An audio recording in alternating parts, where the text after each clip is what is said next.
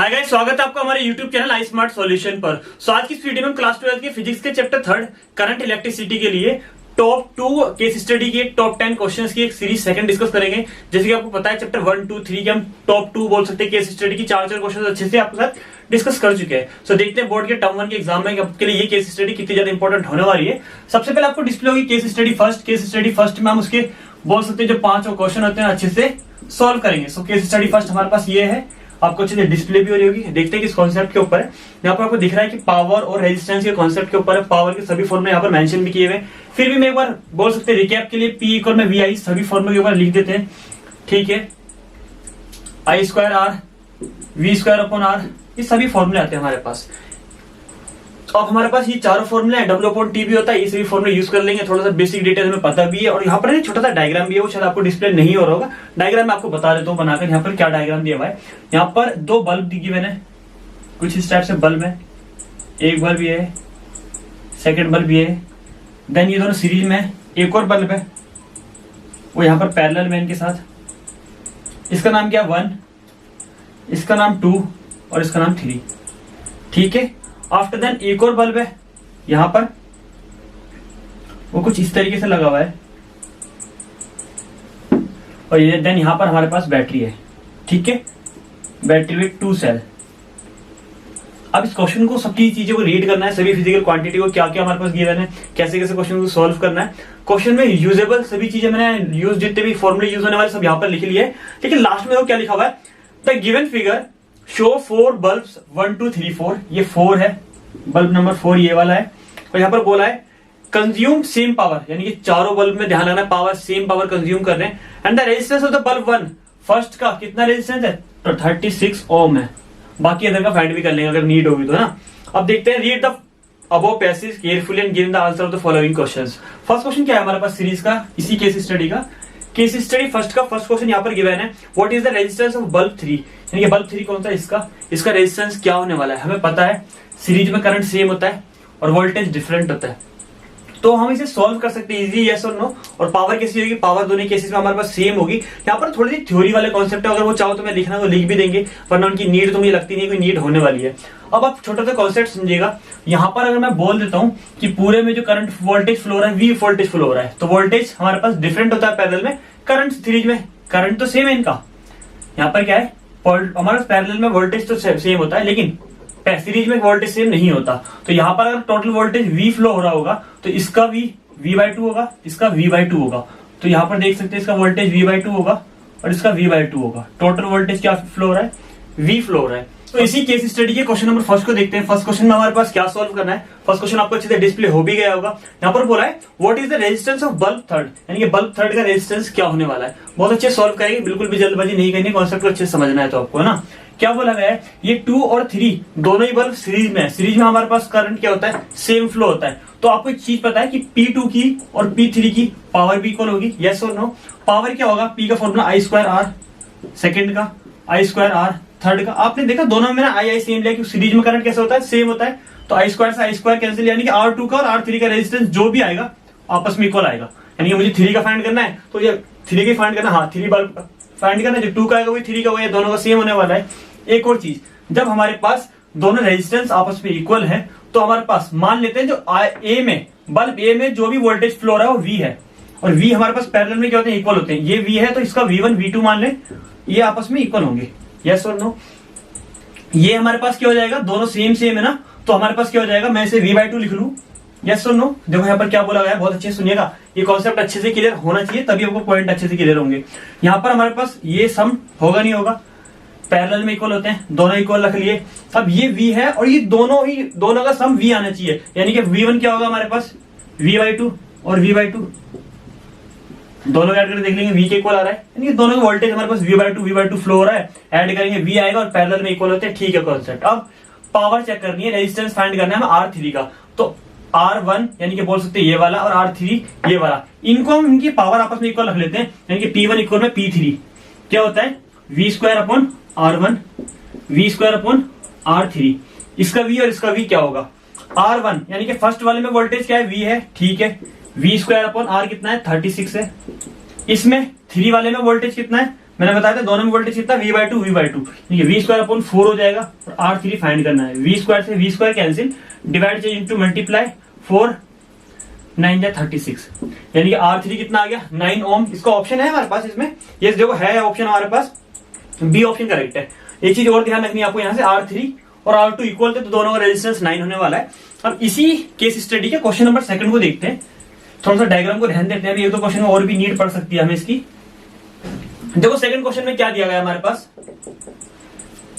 Second question में यहाँ पर बोला है what is the resistance of bulb 4, यानी कि बल्ब 4 में हमारे पास क्या रेजिस्टेंस होने वाला है। बहुत अच्छे से हमें ये भी चीज पता है, मान लेते यहां से जो करंट फ्लो हो रहा है वो आई फ्लो हो रहा है, तो यहां पर भी आई होगा। और मैं एक चीज और बता दूं आपको, अगर आप इसे आई बल्ब 4 है जिसका करंट I4 मानते हैं तो आई मान लें, और रेजिस्टेंस क्या होगा उसका, रेजिस्टेंस होगा 36 और ये दोनों 9 9 18 टोटल ऐड कर लेंगे, टोटल 54 आ जाएगा। और इसका देखेंगे 18 और इसका रेजिस्टेंस, इसका करंट आई मान लें तो मल्टीप्लाई चेंज इनटू डिवाइड, तो हमारे पास 18 3 जाएगा, यानी कि I/3 आ जाएगा इसका करंट फ्लो होने वाला। आपको पता है जो P4 में करंट फ्लो होगा वो I के इक्वल होगा नहीं होगा। मान लीजिए P4 यहां से अगर एंटर कर रहा है करंट तो एग्जिट भी P4 ही करेगा, मतलब टोटल करंट P4 या I आपस में इक्वल होंगे। ये चीज ध्यान रखना है आपको, मैं आप I लूंगा तो आपको प्रॉब्लम ना हो। क्या फॉर्मूला था, मैंने P1 की और P4 की पावर आपस में इक्वल होगी, क्योंकि क्वेश्चन में बोला गया दोनों सेम पावर कंज्यूम करेंगे। फॉर्मूला क्या होता है I²R, सेम इसका I² I4 ये P4, वैल्यू फाइंड करनी। इसका हमारे पास करंट क्या है I²/9 हो जाएगा। R1 हमारे पास कितना था 36 था, ठीक है। ये हमारे पास I1 ही लिख सकते हैं, क्योंकि मैंने बताया I4 को I1 लिख सकते हैं।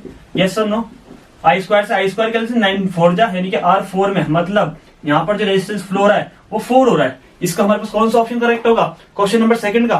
देखो सेकंड में यहाँ पर फर्स्ट ऑप्शन ही दिया है 4 ओम का, लेकिन अभी इसी एक चीज को कॉन्सेप्ट को और क्लियर करते हैं। यहाँ पर ना क्वेश्चन नंबर 3 में सेम एक और पॉइंट दे दिया कि if the power of each bulb is 4 vote, यानी कि आपकी बार सेम पावर कंज्यूम तो कर रहे थे लेकिन सेम पावर क्या है 4 वोट की है हमारे पास पावर, ठीक है। Then the total current flowing through the circuit, circuit से टोटल करंट फ्लो रहा हो क्या होगा।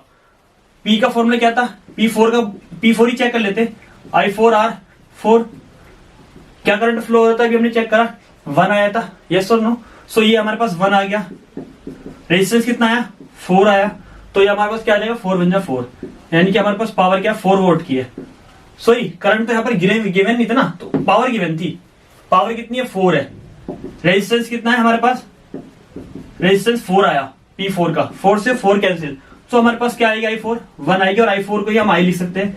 करंट क्या फ्लो हो रहा है, करंट बताना था ना, यस और नो, यस करंट ही बताना था 1 एम्पियर है, यानी कि फर्स्ट ऑप्शन इसका भी करेक्ट है। अब अपनी इसी केस स्टडी के क्वेश्चन नंबर 4 को देखते हैं। 4 में क्या दिया गया है, फोर्थ क्वेश्चन में देखो थोड़ा सा वो भी छोटा सा ही क्वेश्चन है, इसी से बेस्ड है। What is the equivalent resistance of the circuit, equivalent resistance तो निकाल देंगे 18 36 ये हमारे पास इन्हें ऐड कर लेंगे, देन इसे सीरीज में ऐड कर देंगे, तो ये 18 आया, 18 और 36 को पैरेलल में ऐड करेंगे, ये हमारे पास क्या आएगा RP लिख ले 1/18 1/36, ये आप हमारे पास आ जाएगा 1/12, यानी कि 12 बोल सकते हैं। RP आपके पास 12 आ जाएगा, 12 और 4 ये वाला सीरीज में ऐड करें तो टोटल रेजिस्टेंस R टोटल लिख दें, R टोटल हमारे पास कितना फ्लो रहा है 16 ओम का। ऑप्शन है ऐसा 16 ओम के लिए, यस है, देखो ऑप्शन नंबर डी करेक्ट है। अब देखेंगे इसी केस स्टडी फर्स्ट के लास्ट क्वेश्चन, क्वेश्चन नंबर 5 में हमारे पास क्या दिया गया है। क्वेश्चन 5 में क्या बोला गया है, क्वेश्चन 5 में बोला है what is the voltage output the battery, battery के आउटपुट में वोल्टेज हमारे पास क्या होने वाला है। If the power of the each bulb is 4 volt, power तो 4 वोल्ट थी, V इक्वल में फिर बोल सकते हैं वोल्टेज इक्वल में IR, करंट क्या फ्लो हो रहा था 1, रेजिस्टेंस क्या है टोटल 16, तो 16 वोल्ट ही होगी हमारे पास, वोल्ट होगी सॉरी, ठीक है। ऑप्शन है 16 वोल्ट का, यस है, देखो इसका भी ऑप्शन नंबर इसका देखो फर्स्ट ही करेक्ट है। अब अपनी केस स्टडी सेकंड चेक करते हैं इसी सीरीज के लिए कि कौन सी केस स्टडी सेकंड है जो चैप्टर 3 से इंपॉर्टेंट है, क्योंकि मैंने बताया था सभी के लिए हम सभी चैप्टर से 4 केस स्टडी सॉल्व कर रहे हैं, तो हमारे पास केस स्टडी जो सेकंड है वो आपको अच्छे से डिस्प्ले हो गई होगी। तो यहाँ पर ये केस स्टडी किसके ऊपर गिवन है, केस स्टडी का छोटा सा पार्ट बोल सकते हैं जो हमारे पास गिवन है ना, ये हमारे पास उससे रिलेटेड है। क्या किरचॉफ लॉ हमने अच्छे से पढ़ा है ना, किरचॉफ लॉ के दोनों लॉस पढ़े, ampere circuit law sorry Kirchhoff first law current law, और दूसरा लूप लॉ जिसे हम बोलते हैं वोल्टेज, KCL और KVL दोनों किरचॉफ लॉ पढ़े, और काफी इंपॉर्टेंट कॉन्सेप्ट ही ध्यान रखना किरचॉफ लॉ का, क्योंकि इससे क्वेश्चन हर बार आते ही आते हैं। तो यहाँ पर आपके लिए कोई बोल सकते हैं डिटेल्स अब यहाँ पर गिवन है, पैसेज को अच्छे से रीड कर सकते हैं, फर्स्ट लो सेकंड लो दोनों यहाँ पर अच्छे से दिए, रीड आउट कर सकते हैं कॉन्सेप्ट क्या क्या दिया हुआ है, कैसे कैसे होते हैं। क्वेश्चंस को सॉल्व करते टाइम आपको मैं और जो बोल सकते हैं डिटेल जितनी भी होगी सब डिस्कस कर लेंगे। वैसे मैंने डिटेल वीडियो में इस कॉन्सेप्ट को एमसीक्यू वाली सीरीज में अच्छे से डिस्कस किया हुआ है। तो इसी केस स्टडी सेकंड के क्वेश्चन नंबर फर्स्ट में क्या बोला गया है, Kirchhoff's current law is conservation of. Current law किसका होता है, चार्ज का, सेकंड वाला एनर्जी का, तो यहाँ पे चार्ज का ऑप्शन है, फर्स्ट ऑप्शन ही करेक्ट है, यस और नो। अब देखते हैं इसी केस स्टडी के क्वेश्चन नंबर सेकंड को। आसान क्वेश्चन है, तो बिल्कुल आसान थे। तो मतलब केस स्टडी में मैंने एमसीक्यू कराया तो चिल्ला चिल्ला कर यही क्वेश्चन बताया कि बहुत इंपॉर्टेंट आएंगे, यहाँ पर कोई रिपीट हो गए। सेकंड क्वेश्चन में क्या बोला है, Kirchhoff's current law can be written as, current law तो sigma is equal to 0, summation of current is 0, पता है ना, एग्जिट और एंटर वालों को सम आपस में इक्वल होता है। तो ऐसा ऑप्शन है, बी ऑप्शन है, sigma I equal to 0, B option correct है इसका। अब थर्ड देखते हैं, थर्ड में क्या बोला है, Kirchhoff voltage law is conservation of energy, अभी तो बताया, ऑप्शन है यहाँ पर, फर्स्ट ऑप्शन करेक्ट है इसका भी। अब देखते हैं अपनी इसी केस स्टडी के फोर्थ क्वेश्चन को। फोर्थ में क्या बोला गया है, तो फोर्थ में यहाँ पर बोला गया है Kirchhoff voltage law is apply over close circuit low, circuit होनी चाहिए मतलब क्लोज होना चाहिए, ध्यान रखना है, जब भी हमारे पास लूप बनेंगे तभी हम कॉन्सेप्ट को सॉल्व कर सकते हैं। ऑप्शन देखो फर्स्ट चीज का करेक्ट है। अब देखते हैं फिफ्थ क्वेश्चन जो कि बहुत ज्यादा इंटरेस्टिंग है और बहुत इंपॉर्टेंट भी है, इसकी वजह से ये केस स्टडी मुझे इंपॉर्टेंट लगी और हमने यहाँ पर डिस्कस की। फिफ्थ में यहाँ पे छोटा सा डायग्राम किया है, डायग्राम आपको नहीं डिस्प्ले हो रहा, मैं आपको ड्रॉ करके बताता हूँ। The value of I in the following shown, in the figure shown, एक स्क्वायर है, स्क्वायर कुछ डिफरेंट टाइप की डायरेक्शन के साथ हमारे पास करंट का एक केस दिया हुआ है, जंक्शन बनाया हुआ है, करंट एंटर कर रहा है कितना 20 एम्पियर, ठीक है, यहां से एंटर कर रहा है करंट 4 एम्पियर, डायरेक्शन यहां पर क्या है 5 एम्पियर, ठीक है, यहां से एग्जिट कर रहा है 3 एम्पियर, ठीक है, यहां से एग्जिट कर रहा है 1 आई, सॉरी सिर्फ एम्पियर नहीं आई है सब, हाँ 1 ही दिया हुआ है, यानी कि हमारे पास अब देखना है, हमारे पास क्या बताना है क्वेश्चन में।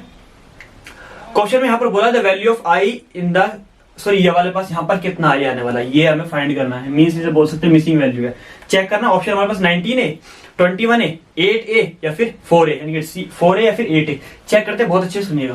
देखो कितना करंट हमारे पास फ्लो हो रहा है 20A, 20 एम्पियर करंट आया, 5 इधर चला गया, इधर कितना गया